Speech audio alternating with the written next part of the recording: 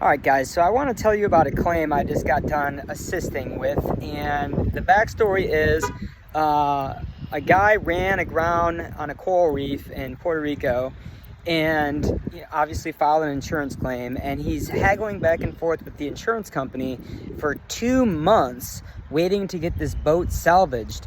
And after a while, he called me and I got involved in the claim. And normally what I do is I just have you send me over all the correspondence and reports and paperwork and whatnot that you currently have.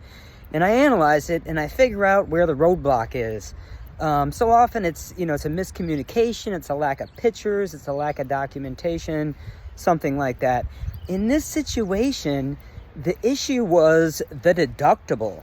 Okay, the insurance adjuster insisted that the yacht owner pay his deductible before he would release funds.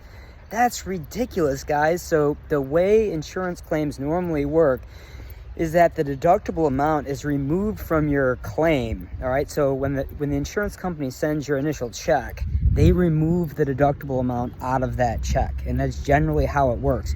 Then you pick your contractor of choice, your salvage company or whatever it may be, and then you're responsible for paying that deductible back to the contractor. That's the way it works right there. So at no point is the insurance agent involved in the deductible process. He doesn't have any right at all whatsoever to tell you when and how your deductible is paid.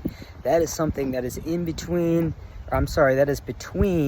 the property owner and the service provider. It has nothing to do with the adjuster. And so anyway, after I figured out that logjam, what was holding up that claim, I got involved. We had a Zoom call.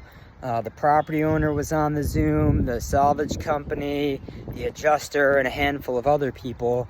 And I went first. I introduced myself and just went over my analysis, because a lot of times in these claims, no one's really taking the lead. No one's really driving. Everybody's kind of standing by and they're thinking, oh, so-and-so's doing this, so-and-so's doing that.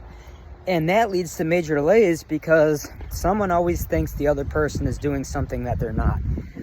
So anyway, after I identified this problem, I had funds deposited into an escrow account from the insurance company to the salvage company that same week. So if you guys are dealing with any maritime claim, any boat claim, and you're having problems, whatever that problem may be, give me a call.